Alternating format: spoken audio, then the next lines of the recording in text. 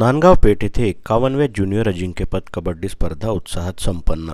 राज्यस्तरीय कबड्डी स्पर्धेत पुरुष गटातून अमरावती शहर तर महिला गटातून नागपूर शहरने जिंकला सामना। अमरावतीत नांदगाव पेठ येथील ग्रामपंचायत प्रांगणात आयोजित करण्यात आलेल्या राज्यस्तरीय कबड्डी स्पर्धेत रविवारी सायंकाळी पार पडलेल्या कबड्डीच्या अंतिम सामन्यात मुले गटातून अमरावती शहर मुले संघाने तर मुली गटातून नागपूर शहर संघाने हा सामना जिंकला। ॲम्युचर कबड्डी असोसिएशन अमरावती व विदर्भाशी संलग्नित असलेल्या वीर केसरी क्रीडा व शिक्षण मंडळाच्या वतीने 3 दिवसीय स्पर्धेचे आयोजन करण्यात आले होते। रविवारी बक्षीस वितरण जितेंद्र ठाकूर, अध्यक्ष Vidarbha amateur kabaddi association of Vidarbha Bonde madam व विविध मान्यवरांच्या उपस्थितीत विजेत्या चमूला पारितोषिक देऊन त्यांना पुढील वाटचालीस शुभेच्छा प्रदान करण्यात आल्या।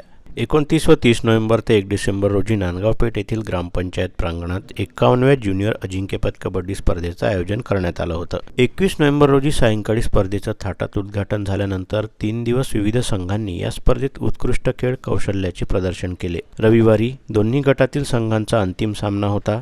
अटीतटीच्या आणि रोमहर्षक सामन्यानंतर महिला गटातून नागपूर शहर संघाने बाजी मारत हा सामना जिंकला, तर द्वितीय पारितोषिक नागपूर ग्रामीण, तृतीय पारितोषिक अमरावती शहर व चंद्रपूर शहर मुलीने पटकाविले, तर मुले गटातून प्रथम पारितोषिक अमरावती शहर संघाने पटकावले, तर द्वितीय पारितोषिक वर्धा जिल्हा व तृतीय पारितोषिक अमरावती ग्रामीण व बुलढाणा जिल्हा संघाने पटकावले। राज्यसभा खासदार अनिल बोंडे, डॉक्टर वसुधा बोंडे, सुधीर बिजवे, जितेंद्र ठाकूर, अध्यक्ष Vidarbha amateur kabaddi association of Vidarbha यांच्या उपस्थितीत कबड्डी स्पर्धेच्या विजेत्या संघाला शील्ड व प्रमाणपत्र देऊन त्यांचा सत्कार करण्यात आला। या संपूर्ण स्पर्धा ॲम्युचर कबड्डी असोसिएशन ऑफ विदर्भचे सहसचिव श्री सतीश डफळे सर यांच्या निरीक्षणात पार करण्यात आल्या। कबड्डी सामन्याला बघण्यासाठी क्रीडाप्रेमींनी गर्दी केली होती। स्पर्धेच्या यशस्वीतेसाठी वीर केसरी क्रीडा मंडळाच्या सर्व पदाधिकाऱ्यांनी अथक परिश्रम घेतले।